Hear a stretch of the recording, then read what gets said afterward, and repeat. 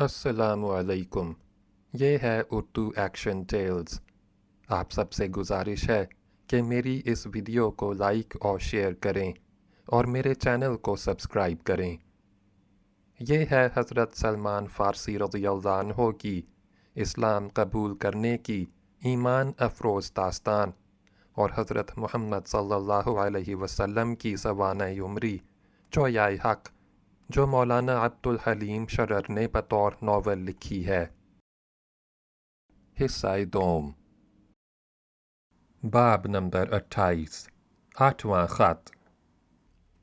خدا جانے یہ بحیرہ کی ولایت و کرامت تھی یا اتفاق کی بات کہ جیسے ہی اس نے مہبہ کی تحریر کا لفظ زبان سے نکالا، استفانوس کو زینے پر کچھ آہٹ معلوم ہوئی۔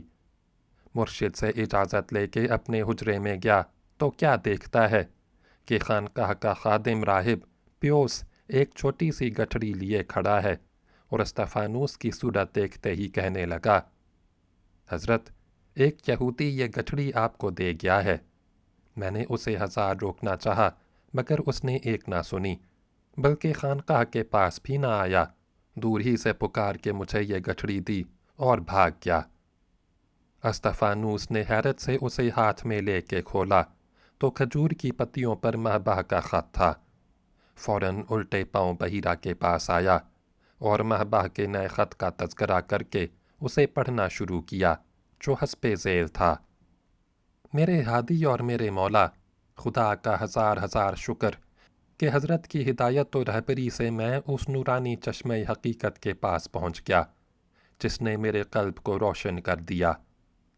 آنکھوں نے آسمانی تجلی دیکھی اور ساری زندگی کی محنت و سرگردانی کا پھل مل گیا۔ مجھے اس منزل مقصود تک حضرت ہی نے پہنچایا اور حضرت کی اس عنایت کا دل و جان سے شکر گزار ہوں۔ یثرب میں پہنچ کے مجھے یہاں کی تمدنی حالت معلوم ہوئی اور ان ہادی برحق رسول صلی اللہ علیہ وسلم کے یہاں تشریف لانے کے جو اصلی وجوہ اسباب ہیں وہ بھی میری سمجھ میں آ گئے۔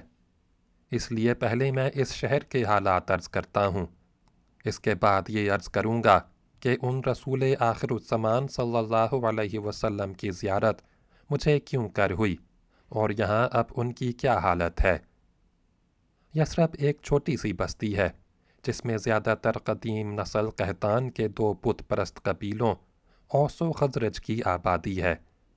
ان کے علاوہ یہاں بہت سے یہود بھی آباد ہیں جو رومیوں اور مسیحیوں کے مظالم سے ارض فلسطین کو چھوڑ کے یہاں آئے اور یثرب اور قرب و جوار کے قصبوں میں آباد ہو گئے ہیں اور جا بجا انہوں نے اپنے قلعے بنا لیے ہیں، باغ لگائے ہیں اور قوت حاصل کر لی ہے۔ خاص یثرب میں اسرائیلی قبائل یہود میں سے زیادہ تر بنی قینقاع ہیں اور کچھ لوگ دیگر قبائل یہود کے بھی ہیں۔ کہتے ہیں اگلے دنوں یہاں کے قحطانیوں اور اسرائیلیوں میں بڑا اتفاق تھا اور دونوں ایک دوسرے کے رفیق و ہمدم تھے، لیکن وہ اتفاق نہ نبھ سکا اور اختلاف مذہب نے دونوں میں پھوٹ ڈالی۔ ابتداً یہود غالب آ گئے اور اوس و خزرج پر طرح طرح کے جور و ستم کرنے لگے۔ مظلومی نے ان قحطانی عربوں میں جوش پیدا کیا۔ آخر انہوں نے سرکشی اختیار کر کے یہود کو مغلوب اور اپنا محکوم بنا لیا۔ فی الحال یہی حالت ہے، مگر اسرائیلی امیدوار ہیں کہ چند روز میں ہم پھر یہاں کے سردار و حاکم ہو جائیں گے، خصوصاً اس لیے کہ جس پیغمبر کی بشارت انبیاء سلف دیتے رہے ہیں وہ عنقریب ظاہر ہوگا اور اس کی روحانی قوت ہمیں یثرب کا فرما روا بنا دے گی۔ اوس و خزرج کی بھی یہی حالت ہے کہ اگرچہ اپنے حریف یہود پر غالب ہیں مگر آپس میں پھوٹ پڑی ہوئی ہے اور ان دونوں قحطانی قبائل میں اکثر خون ریزی ہوتی رہتی ہے۔ یہود چونکہ ایک نئے پیغمبر کے منتظر تھے، اس لیے بظاہر ہونا یہ چاہیے تھا کہ وہی ان پیغمبر برحق صلی اللہ علیہ وسلم کا خیر مقدم کرتے، مگر وہ غافل پڑے رہے اور بت پرستان اوس و خزرج کے چند لوگ جو کعبے کے بتوں کی پرستش کے شوق میں لگ گئے تھے، ان پیغمبر صلی اللہ علیہ وسلم کی نصیحتیں سن کے ان کے دل دادا ہو گئے۔ اپنے بہت سے ہم مذہبوں کو لے جا کے ان کا معتقد بنا دیا اور درخواست کی کہ مکہ کے جن مسلمانوں کو بت پرست ستائیں ان کو آپ ہمارے پاس بھیج دیجئے، ہم انہیں عزت و محبت سے رکھیں گے۔ ان کی یہ درخواست قبول کی گئی اور مکہ سے بہت سے جلا وطن مسلمان یثرب میں چلے آئے۔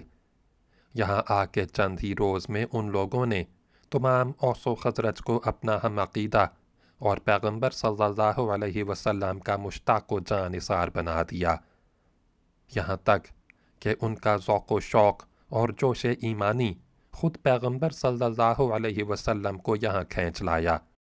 جب یہ خبر آئی کہ حضرت رسول خدا صلی اللہ علیہ وسلم آ رہے ہیں تو ان کے استقبال میں تمام اوس و خزرج کی آنکھیں بچھی ہوئی تھیں، اور بہت سے لوگوں کا معمول تھا کہ کئی دن پہلے سے روز 3 4 میل تک شوق زیارت میں چلے جاتے اور شام کو ناکام واپس آتے۔ آخر پیغمبر خدا صلی اللہ علیہ وسلم کی سواری آ پہنچی، مگر عجیب شان و شوکت اور کرو فر سے۔ وہ مکے سے نکلے تو سوائے ان کے بچپن کے دوست ابو بکر صدیق رضی اللہ عنہ کے کوئی مونس و غم گسار نہ تھا، اور ہر راہ روح کی صورت دیکھ کر ڈر لگتا کہ کوئی دشمن نہ ہو۔ جب غار ثور سے نکل کے چلے ہیں تو فقط 2 اونٹ تھے، ایک پر خود پیغمبر صلی اللہ علیہ وسلم اور ان کے یار غار ابو بکر صدیق رضی اللہ عنہ تھے، اور دوسرے پر عامر بن فہیرہ اور عبداللہ ابن اربط۔ راستے میں پہلے سراقہ نام کا ایک زبردست اور شجاع دشمن ملا جو انہی کی تلاش میں آیا تھا۔ نبوت کی معجزہ نمائی سے زمین نے اس کے گھوڑے کے قدم پکڑ لیے۔ اپنی یہ حالت دیکھ کے اس نے عاجزی سے معافی مانگی اور وعدہ کیا کہ اگر حضور نے مجھے اس حیرت انگیز قید سے نجات دلا دی تو وعدہ کرتا ہوں کہ واپس چلا جاؤں گا اور راستے میں جو آپ کی تلاش میں نظر آئے گا اسے بھی پلٹا لے جاؤں گا۔ اسے امان دی گئی اور ایک تحریری امان نامہ عامر بن فہیرہ نے اپنے ہادی اور مقتدی صلی اللہ علیہ وسلم کے حکم سے لکھ دیا، جسے لے کے وہ مکہ پلٹ گیا اور اپنے ساتھ اور بہتوں کو بھی پھیر لے گیا۔ پیغمبر صلی اللہ علیہ وسلم آگے بڑھے تو ایک اور خطرناک دشمن بریدہ بن الخضیب اسلمی ملا، جس کے ساتھ تقریباً 70 سوار تھے۔ وہ قریب آیا تو پیغمبر صلی اللہ علیہ وسلم نے کچھ ایسے انداز اور ایسے اطمینان قلب سے گفتگو کی کہ وہ دشمنی بھول کے ان کا فرما بردار اور غلام بن گیا، اور وہ اور اس کے تمام رفقا مسلمان ہو گئے۔ بریدہ رضی اللہ عنہ نے اپنا عمامہ کھول کے نیزے پر باندھا اور علم بردار نبوت بن کے آگے آگے چلا، اور اس کے ساتھی سوار ایک شاندار جلوس بن کے ہمراہ ہوئے۔ اب قریش کا ایک قافلہ شام سے آتا ہوا ملا، جس کے قافلہ سالار طلحہ بن عبید اللہ تھے۔ یہ پہلے ہی ان پیغمبر صلی اللہ علیہ وسلم پر ایمان لا کے سابق الاسلام صحابیوں میں شامل ہو چکے تھے۔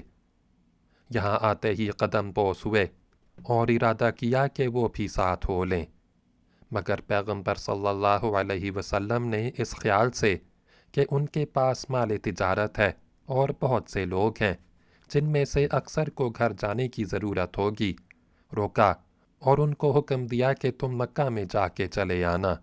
لیکن پیغمبر صاحب صلی اللہ علیہ وسلم کے لیے بریدہ رضی اللہ عنہ کی علم برداری اور ان کے ہمراہیوں کی رفاقت کافی تھی۔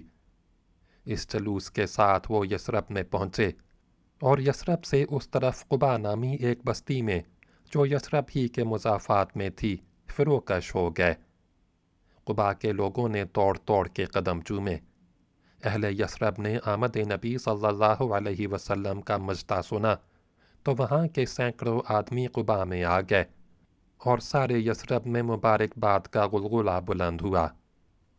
پیغمبر صاحب صلی اللہ علیہ وسلم 4 روز تک قبا میں مقیم رہے، اور اس مدت میں وہاں کے لوگوں کی عبادت کے لیے مسجد کے نام سے ایک عبادت خانہ بنوایا۔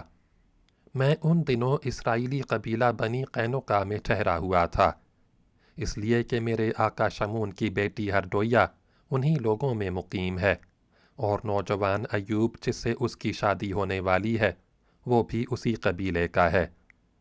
میں ایوب کے باغ میں ایک کھجور کے درخت پر چڑھا ہوا کھجوریں توڑ رہا تھا، اور نیچے اس درخت کے قریب ہی ایوب اپنے ایک یہودی عزیزوں کے ساتھ بیٹھا باتیں کر رہا تھا۔ اتنے میں ایوب کا چچیرا بھائی دوڑتا ہوا کچھ پریشان سا آیا، اور آتے ہی ایوب سے کہنے لگا، خدا بنی قیلا، قبا میں یہی قبیلہ آباد تھا، کو غارت کرے کہ روز ایک نیا جھگڑا پیدا کرتے ہیں۔ اس وقت میں ان کی طرف سے گزرا تو کیا دیکھتا ہوں کہ سب لوگ ایک شخص کے گرد جمع ہیں جو ابھی ابھی مکے سے آیا ہے اور کہتا ہے کہ میں خدا کا رسول ہوں۔ یہ الفاظ سنتے ہی مجھے اپنے جسم میں ایک جھرجھری سی محسوس ہوئی، اور اعضاء میں ایسا لرزہ پڑ گیا کہ میرے ساتھ وہ کھجور کا درخت بھی ہلنے لگا۔ مجھ پر یہ نبوت کا رعب پڑا تھا، جس سے گھبرا کے میں درخت سے اتر آیا اور بے اختیار ایوب کے بھائی سے پوچھا، آپ نے ابھی کیا واقعہ بیان کیا؟ میرا یہ پوچھنا گستاخی سمجھا گیا، اور ایوب کے بھائی نے بڑھ کے میرے منہ پر اس زور سے تھپڑ مارا کہ میرا منہ پھر گیا، اور کہا، تجھے کیا، جا اپنا کام کر۔ میرا پٹنا یہود کے لیے دل لگی تھی۔ ایوب اور اس کے سب دوست ہنسنے لگے، اور میں پھر باغ میں کام کرنے لگا۔ شام کو جب مجھے کام سے فرصت ہوئی تو میں نے اپنی مشقت کی مزدوری سے تھوڑی کھجوریں لیں، اور یہودیوں سے چھپ کے حضرت پیغمبر آخر الزمان صلی اللہ علیہ وسلم کی خدمت میں حاضر ہوا۔ آپ صلی اللہ علیہ وسلم ایک چٹائی پر رونق افروز تھے۔ نورانی چہرے سے غیر معمولی جمال کے ساتھ خدا کا جلال نمایاں تھا۔ گرد آپ کے دوستوں، ایمان لانے والوں اور صحابیوں کا گروہ تھا جو حلقہ باندھے ہوئے تھے۔ میں نے فوراً بڑھ کے کھجوروں کی وہ ٹوکری آپ صلی اللہ علیہ وسلم کے سامنے رکھ دی اور عرض کیا، حضرت، میں ایک غریب آدمی ہوں، اور آپ کی نسبت سنا ہے کہ آپ نیکوکار اور اچھے بزرگ ہیں، اور آپ کے ہمراہ بعض ایسے حضرات بھی ہیں جو محتاج اور نادار ہیں۔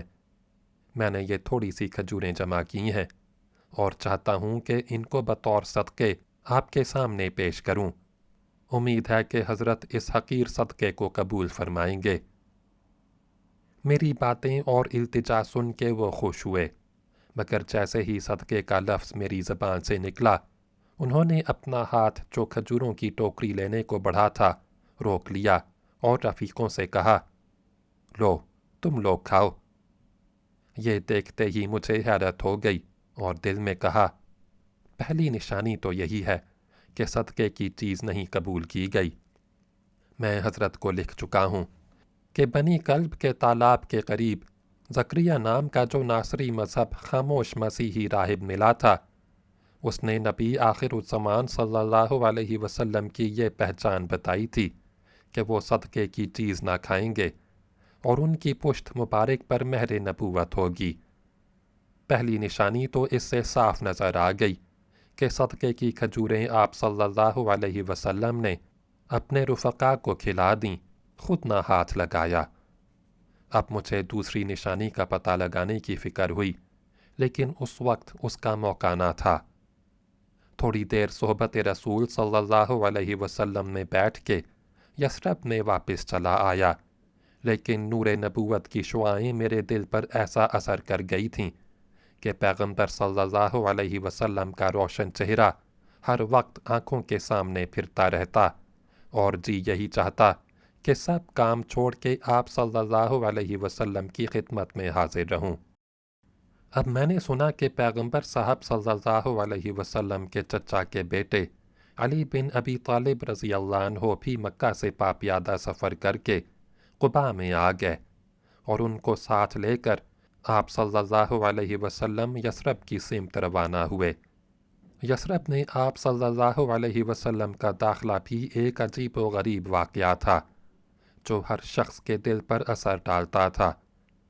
آپ صلی اللہ علیہ وسلم اونٹ پر سوار ہو کے قباء سے چلے، اور تمام رفقائے سفر اور نیز میزبانان قباء ہم رکاب تھے۔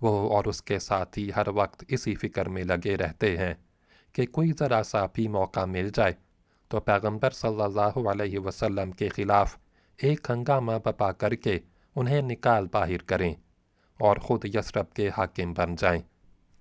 یہود کی یہ حالت تھی کہ وہ پہلے سے پیغمبر آخر الزمان صلی اللہ علیہ وسلم کے ظہور کے منتظر تھے اور دل میں سوچے ہوئے تھے کہ انہی کی مدد سے ہم اپنے حریف قبائل اوس و خزرج پر حکومت و قوت حاصل کریں گے۔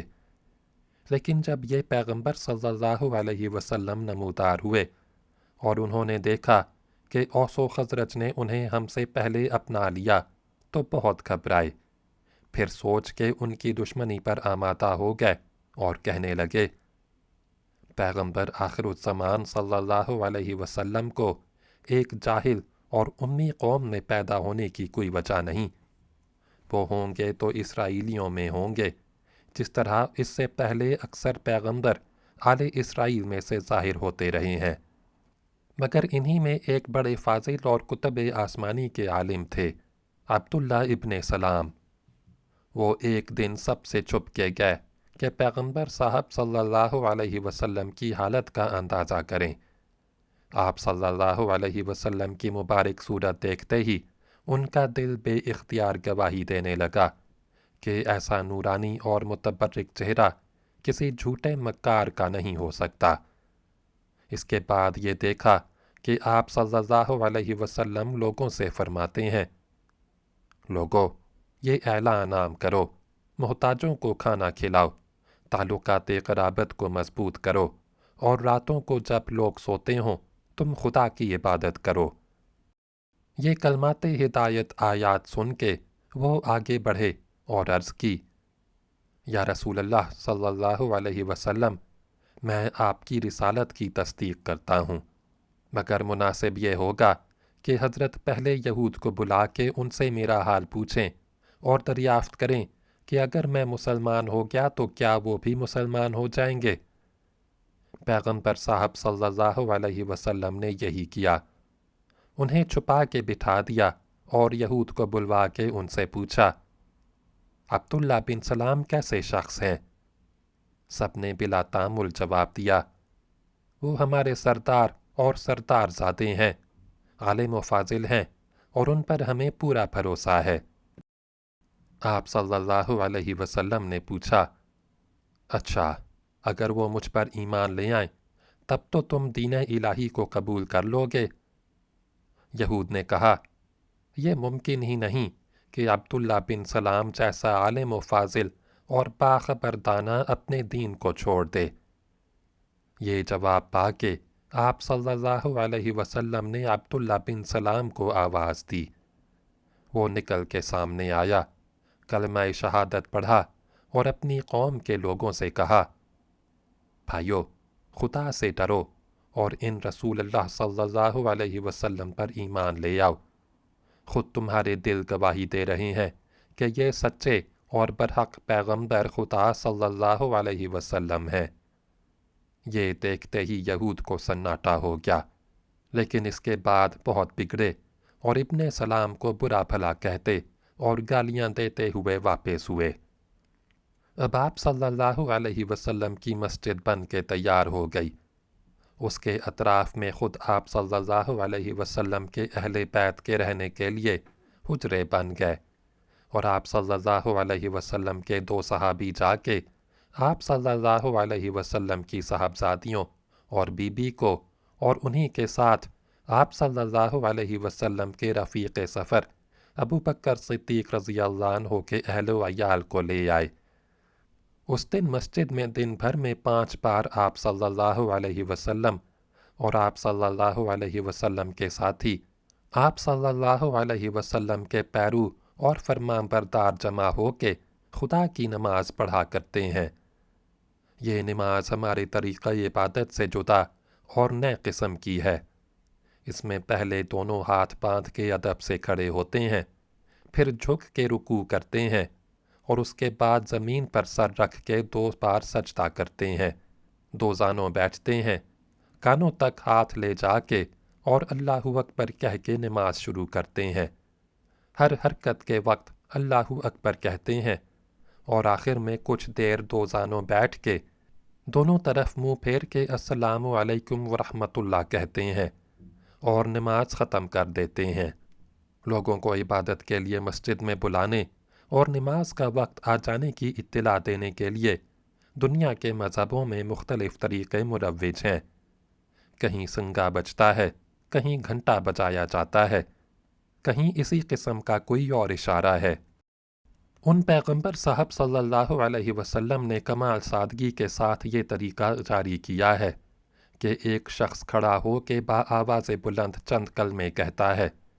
پہلے تو 4 بار کہتا ہے اللہ اکبر، یعنی خدا سب سے بڑا اور اعلیٰ ہے۔ اس کے بعد 2 بار اس بات کی گواہی دیتا ہے کہ اس خدائے برتر کے سوا اور کوئی معبود نہیں۔ پھر 2 بار اس کی تصدیق کرتا ہے کہ محمد صلی اللہ علیہ وسلم خدا کے رسول پر حق ہیں۔ اس کے بعد 2 بار کہتا ہے صلاۃ کی طرف آؤ، اور 2 بار کہتا ہے سعادت کی طرف آؤ۔ آخر میں پھر 2 بار اللہ اکبر اور 1 بار کلمہ توحید کہہ کے اس ندا کو جو مسلمانوں میں اذان کے نام سے مشہور ہے ختم کر دیتا ہے۔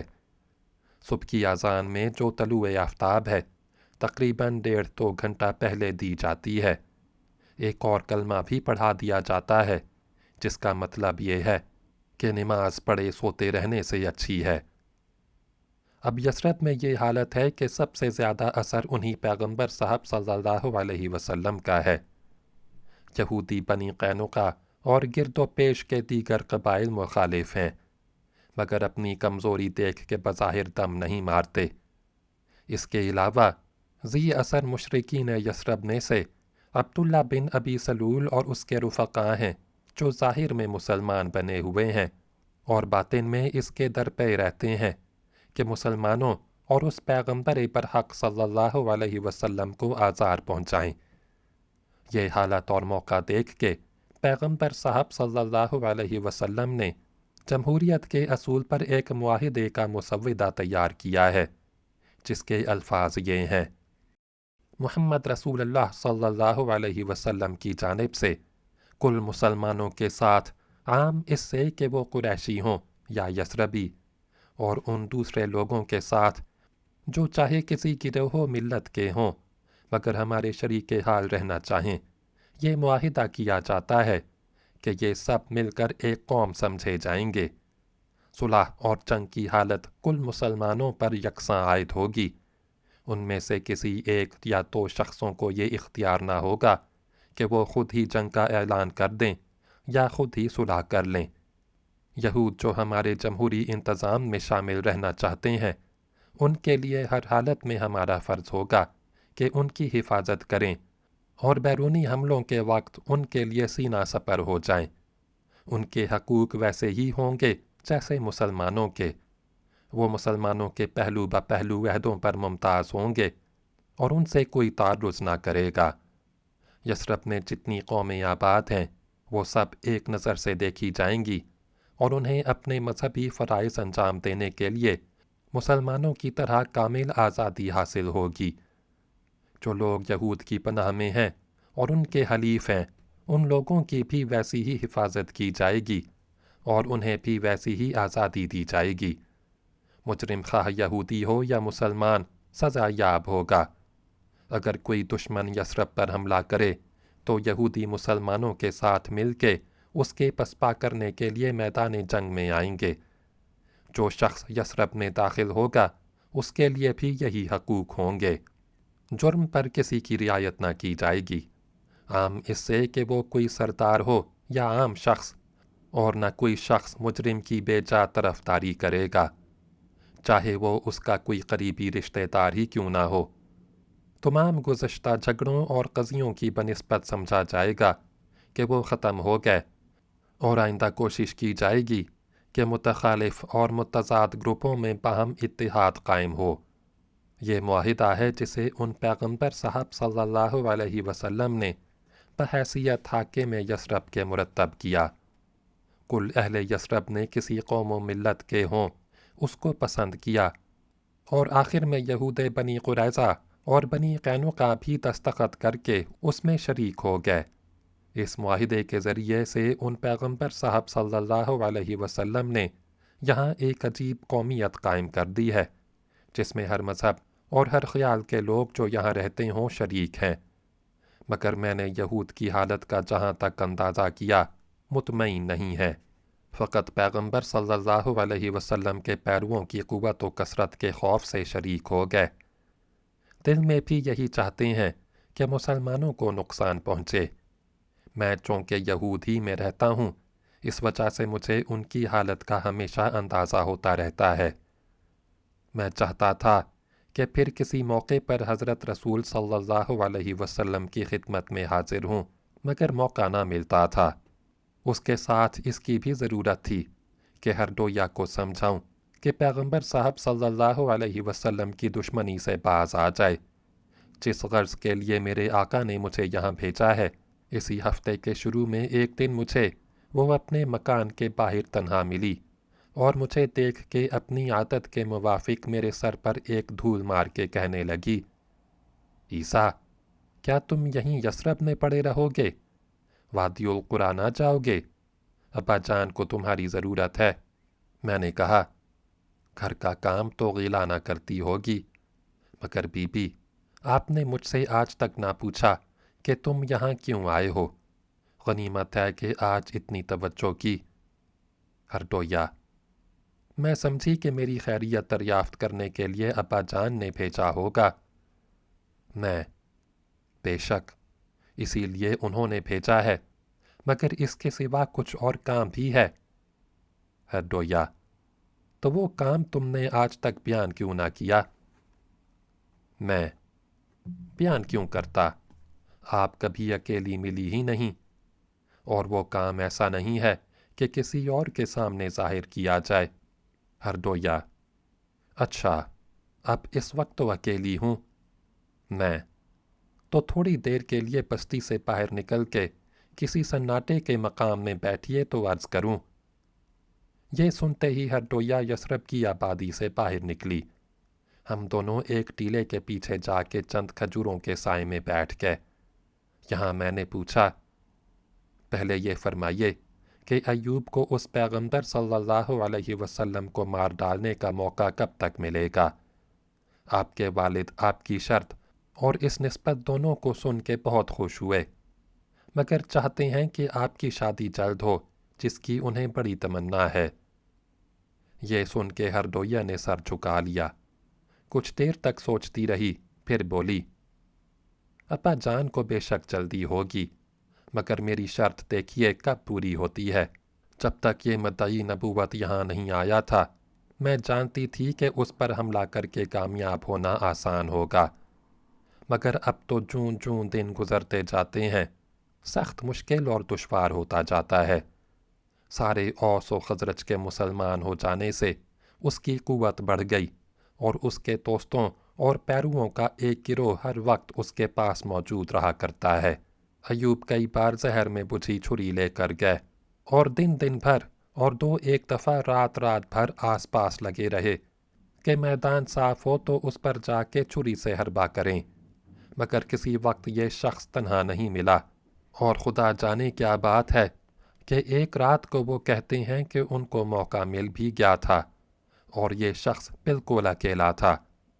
اس وقت وہ چھری نکال کے چلے تو کہتے ہیں کہ آپ ان کے روئیں کھڑے ہو گئے، اور دل پر کچھ ایسا رعب سا چھا گیا کہ کسی قدر قدم اٹھتا ہی نہ تھا۔ اس کیفیت کے محسوس ہونے سے وہ اس قدر ڈرے کہ گھبرا کے الٹے پاؤں بھاگے اور گھر آ کے پناہ لی۔ میں، تو کیا انہوں نے ہمت ہار دی اور اب حملہ کرنے کا ارادہ نہیں ہے؟ ہردویا، نہیں، ایسا نہیں ہے، وہ اب بھی اسی طرح مستعد ہیں اور موقع ڈھونڈ رہے ہیں، مگر اب ایک اور دشواری پیدا ہو گئی ہے۔ اس پیغمبر نے چالاکی سے یثرب کے تمام اسرائیلیوں کو ایک ایسے معاہدے کا پابند کر لیا ہے جس کے باعث کوئی اس کے خلاف چوں نہیں کر سکتا، اور سب اس کے اثر اور اس کی قوت سے ڈرنے لگے ہیں۔ مگر ایوب نے اس عہد نامے پر دستخط نہیں کیے ہیں۔